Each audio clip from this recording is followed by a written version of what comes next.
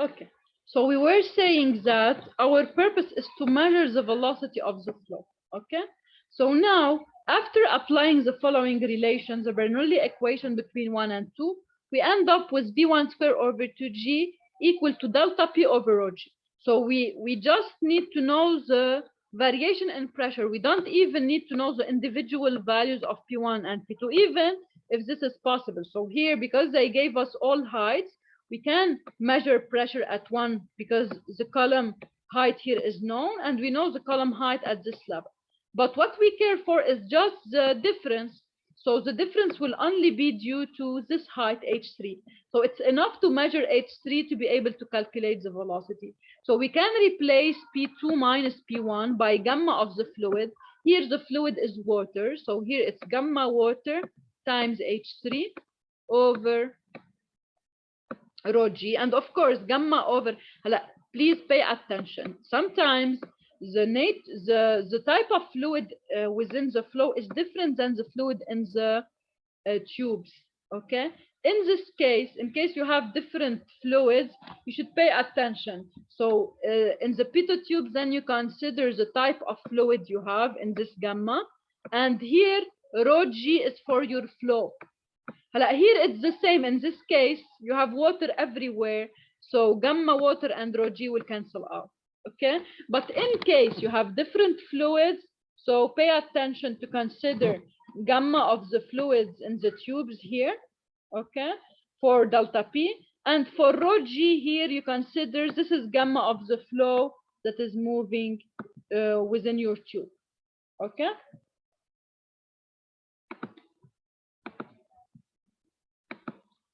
Let us consider an example.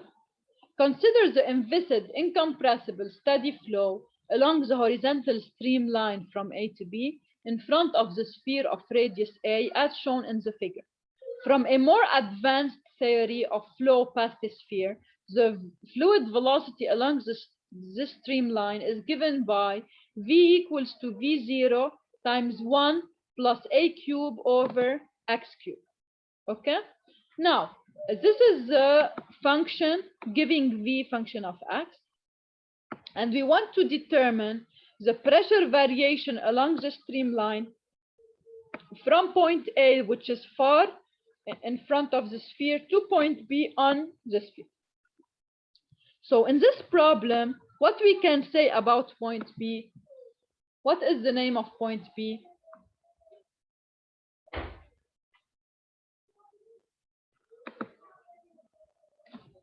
You remember, whenever you have a flow passing over a certain object, okay, you have one stagnation streamline which will have a contact point here with the solid or with the object.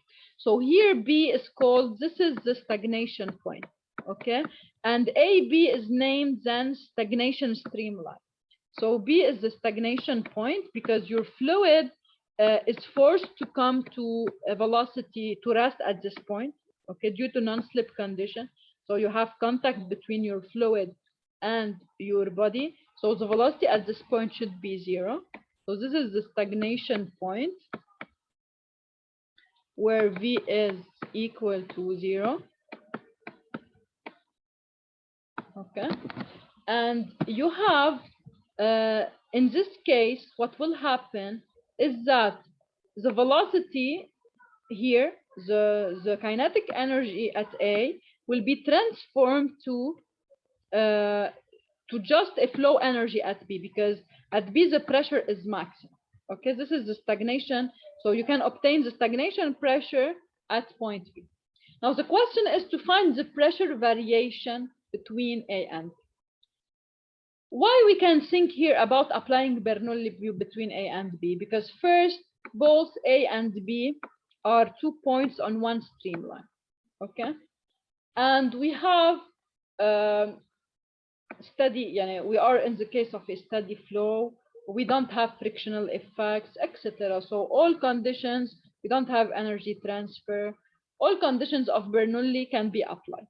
So if I apply Bernoulli equation between A and B, I can write the following. I can write that the pressure at point A plus rho v square at A over 2 plus rho g ZA is equal to the pressure at B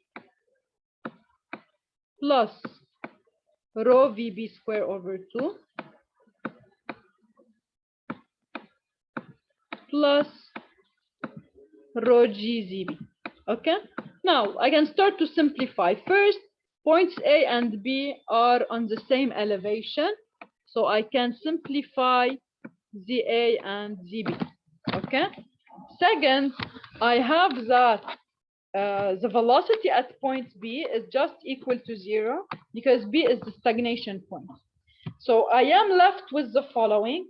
Since I need to determine the pressure variation, I will take A to the other side, and I will get that PB minus PA, which represents the pressure rise between A and B.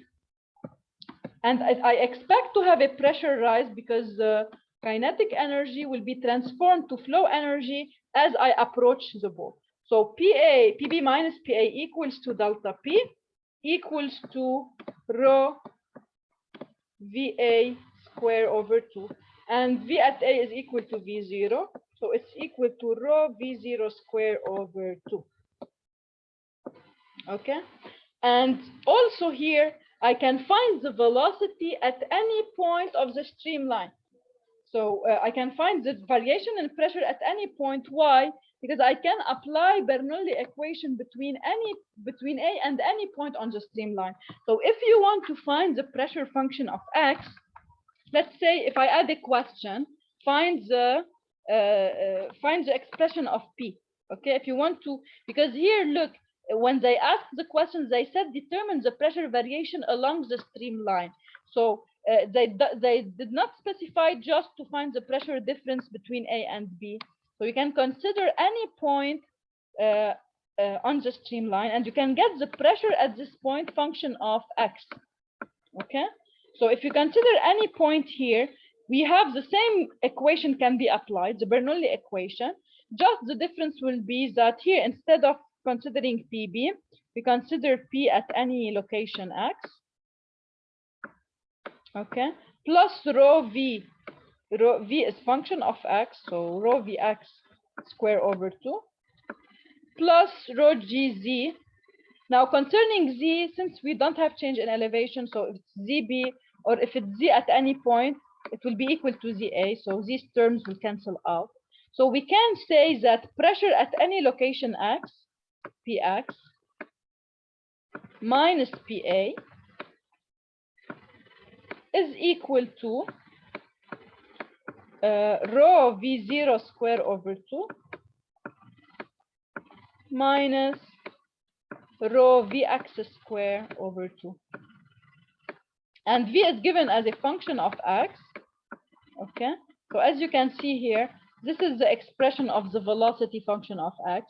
So as X, and X is varying from minus infinity, okay, to minus A, because when you are at very far from the sphere, okay, X tends to minus infinity, and this term then will cancel out. It will be equal to 0, and you will end up with V equal V0, which corresponds to the velocity at A.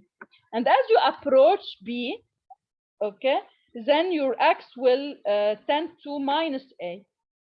So at minus A, for X equal to minus A, what will happen here is that you will have plus A cube over minus A cube, which is minus 1. 1 minus 1 is 0. And anywhere in between, you will have a value of Vx that is smaller than V0, between 0 and V0. Okay? So you can find, using Bernoulli equation, you can find the expression of pressure at function of X. Okay? And then if they asked you to calculate the gradient of pressure, del P by del X, all you have to do is to derive the pressure with respect to X. So if we do this, you can find the following result. If you draw P function of X, you will have this. you will have an increase in pressure as expected, and you will reach the maximum pressure at point B, which is the stagnation point. Okay? Any question on this?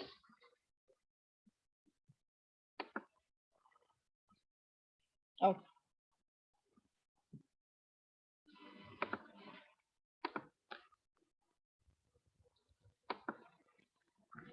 Let us consider another problem. Consider the flow of air around a bicyclist moving through still air with a velocity v0 as shown in the figure. Determine the difference in the pressure between points 1 and 2. So what we can do here, okay, we can consider that as the cyclist is moving in air, you have relative motion of air with respect to it.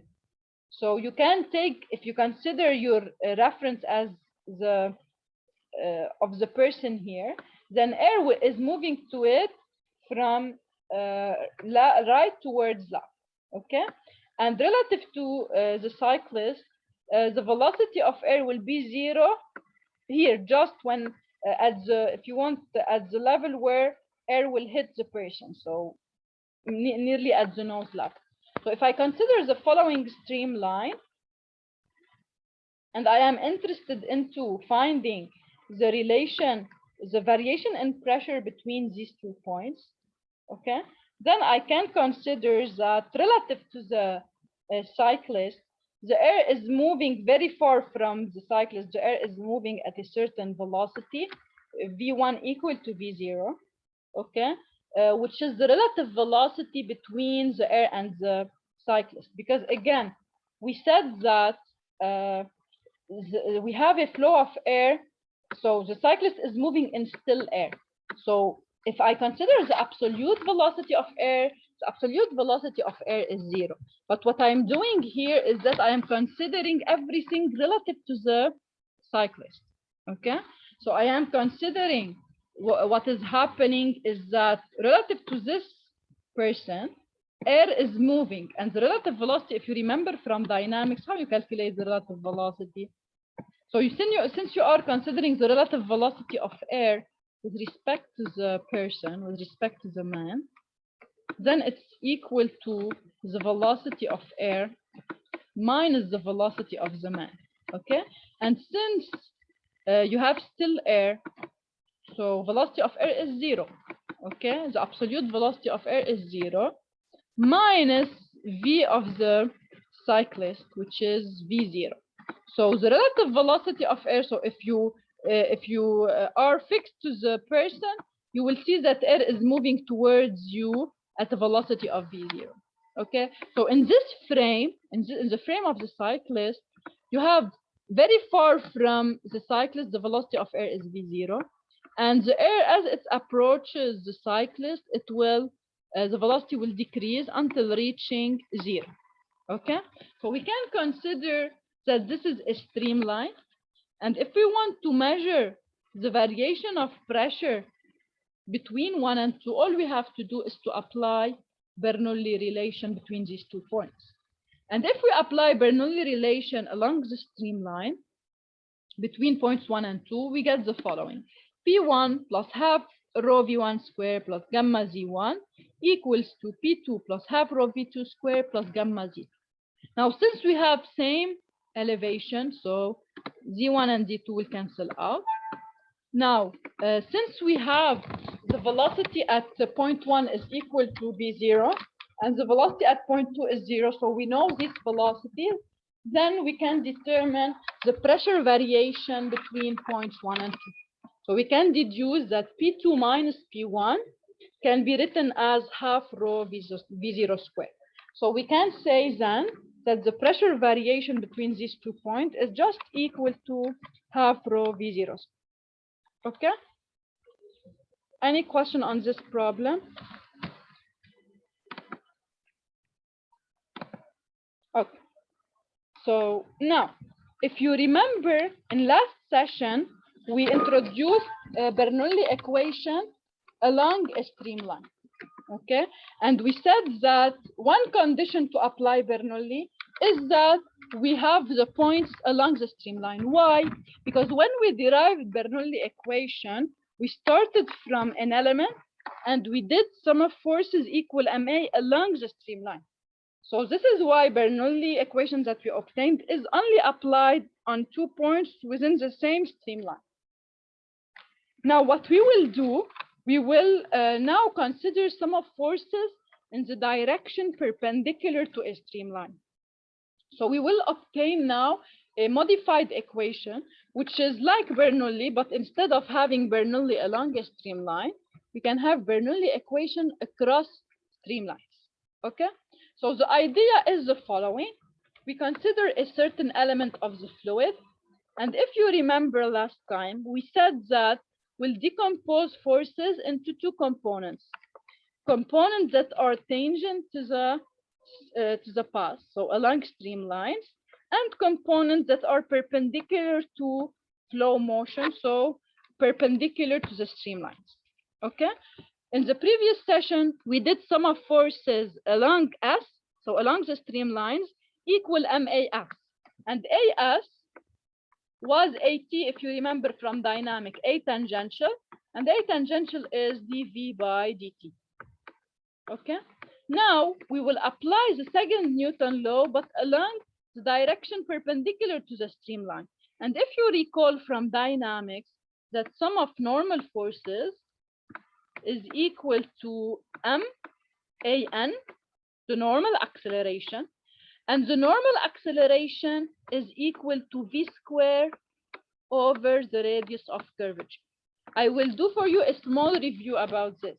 So when you have a curvilinear motion, at any point of motion, you can define a frame UN UT.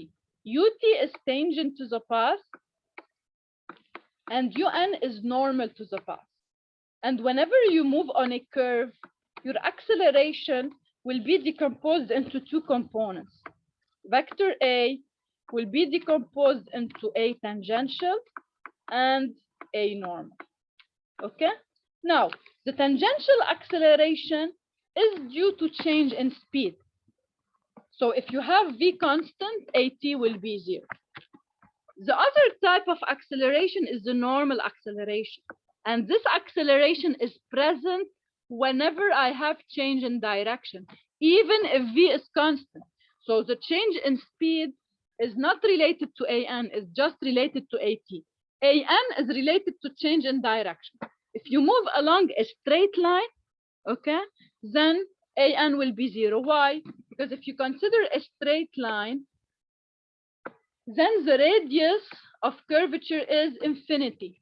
Okay, so the expression of AN will just be 0. While if you have a radius of curvature, this means you are changing direction during motion, then your AN value cannot be 0, and your normal acceleration will be equal to V square over rho. Rho is the radius of curvature. What do we mean by radius of curvature? Whenever you move on a curved path, okay, at any point, you can consider that you are moving on an arc of circle. So if I consider this small displacement ds, okay, because I'm considering a very small displacement ds, I can consider that it can be part of a circle, okay? And because I consider it's a part of a circle, then I can write it as, if you want, r times d theta. And whenever I have a part of circle, then I have a radius, okay? So I can consider that here at this point, I have the following. I have this arc, this small segment is an arc that belongs to a circle, and this circle is characterized by a certain radius r. And for a curved motion, at any position, I can consider that my segment is on a new circle. This is why we say for a curved motion, I have change in the radius of curvature, unless I have a circle. So if you move on a circle, at any location, the radius of curvature will be equal to the radius of the circle. However, in this case, this segment belongs to this circle, This segment here will belong to another circle of different radius, etc. Okay? And at any location, your normal acceleration an will be equal to v squared over rho, where rho is the radius of curvature. Okay? Now, if you consider any position, then sum of n at this position is equal to MAN, and AN is V squared over. So now if you consider this small element here, and you draw forces acting on it, what are forces acting on this element? If you remember, in our case, we are considering pressure forces and body forces. We are neglecting shear effects because we are working in regions where friction is negligible. And this was the main assumption using to derive Bernoulli. Because we considered that we don't have friction forces, the relation we obtained is only applied in regions far from walls. And here also we'll still consider cases of negligible friction. So in regions far from walls. So what will happen is that shear forces will be negligible. And you will just consider pressure forces and body forces. Okay? Now, next step after putting the forces is to decompose these forces along the normal direction. So as you can see in this figure, if you remember, theta represents the angle between the tangent line to the path, okay, and the horizontal. So theta is this one because this is the tangent line. This is the tangent line. Theta is the angle with the horizontal. Okay. And for pressure forces, I have pressure forces on these faces that are along the streamline. And I accounted for these forces when I consider some of forces along UT. Now I will consider pressure forces along UN. Okay. This is why if I consider that at the center of this element, the pressure is P, if you remember, as we did in the second chapter, if I move along UN, I can write that at this level, if this distance, let's say, is delta N, okay, then I can consider that I have a small variation of pressure. At this side, I can say it's P plus a small variation del P along N times the area. The area here is the following. You have this distance here from this point to this one is del Y, which is the particle thickness, okay? The particle thickness is perpendicular to the board. This is del Y. And del S is the variation distance along the streamline. This is delta S. So I will do a zoom a little bit and show you again.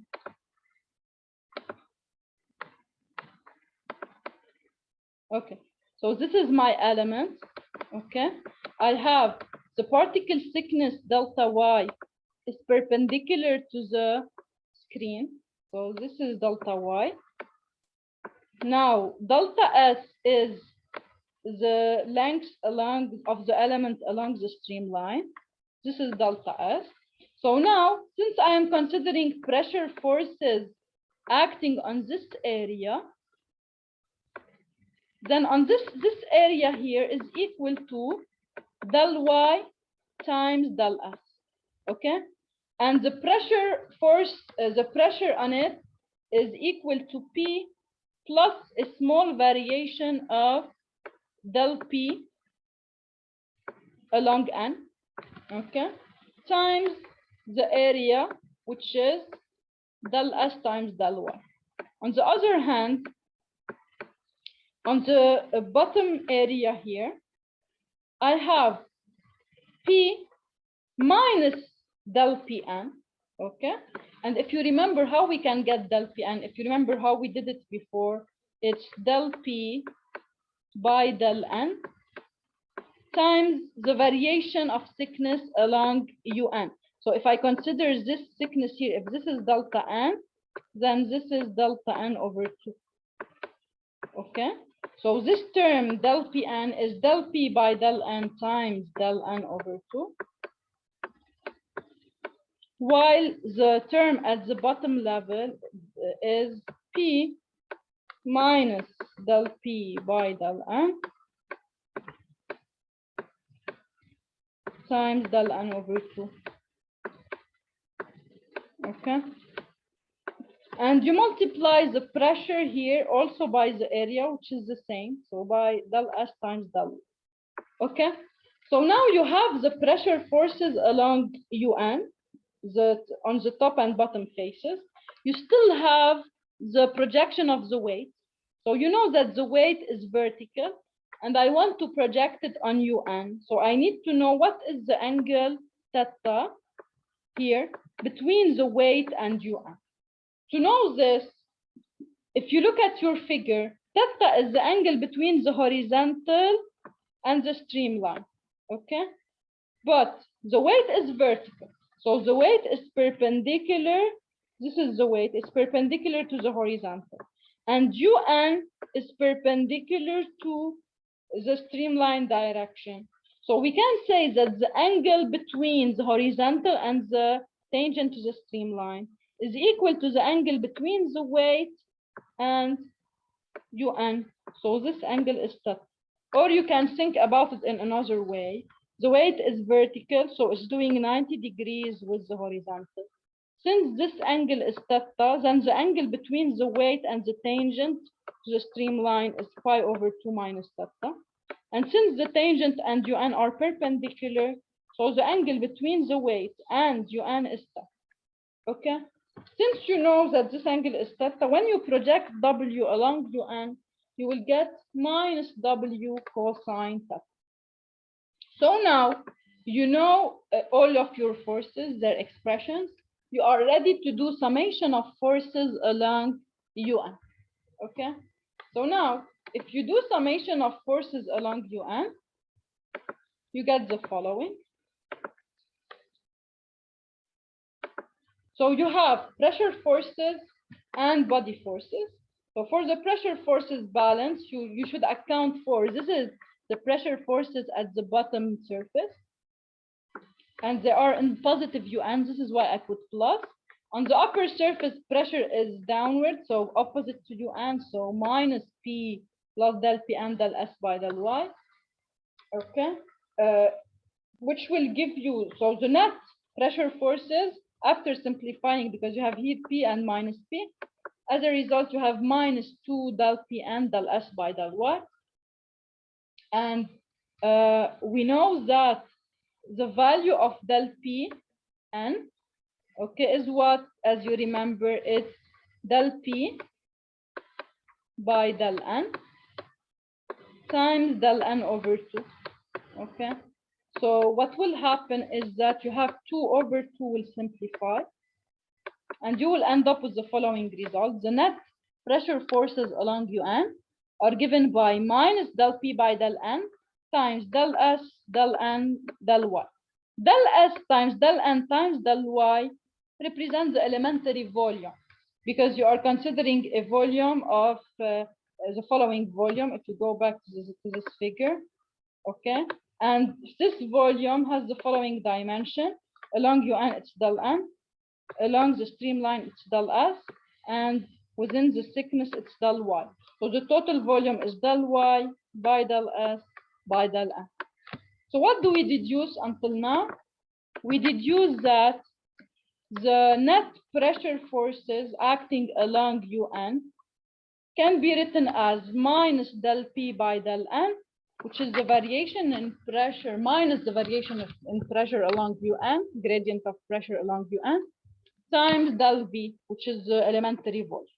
Okay? Now, I should not forget that in total, I have the pressure forces and the body forces. So summation of forces along UN is body forces. So this is body forces, which account, so here I have the weight. And I have the pressure forces term. So this term is for pressure forces. Okay.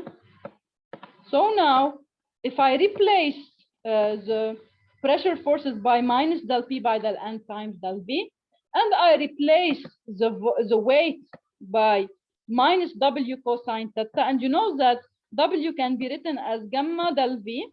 So I get, by taking del V into factor, so I have here minus gamma del V cosine theta for the projection of weight, and taking del V into factor between the two terms, okay, I will take it outside. I get the following. I get that summation of forces along the normal direction is minus gamma cosine theta minus del P by del N times del V, which is the volume. Okay, and now we know that sum of forces along UN is equal to what? It's equal to the elementary mass del M times AN, which is V squared over the radius of curvature. And we know that the elementary mass del M can be written as rho times del V.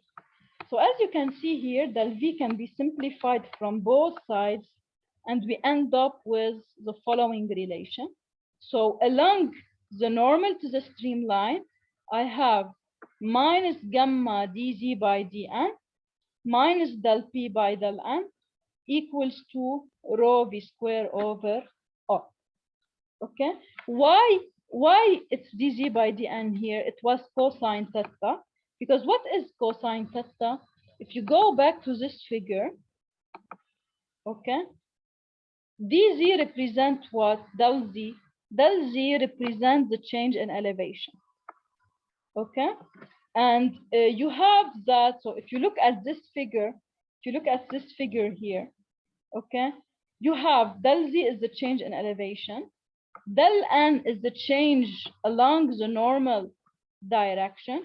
So if you look at this figure, you can relate del z to del n, okay? Because this is a right triangle. So you can say that cosine theta is equal to del z over del n, okay? This is why you can replace the expression of cosine theta, you can replace it by del z by del n. This is what they did. So you end up with the following result.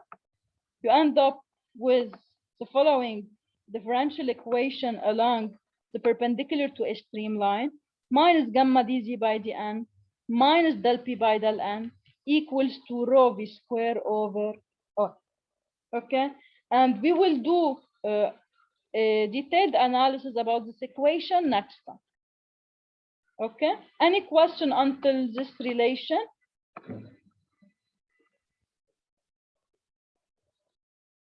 Okay, so we continue next time. Bye bye.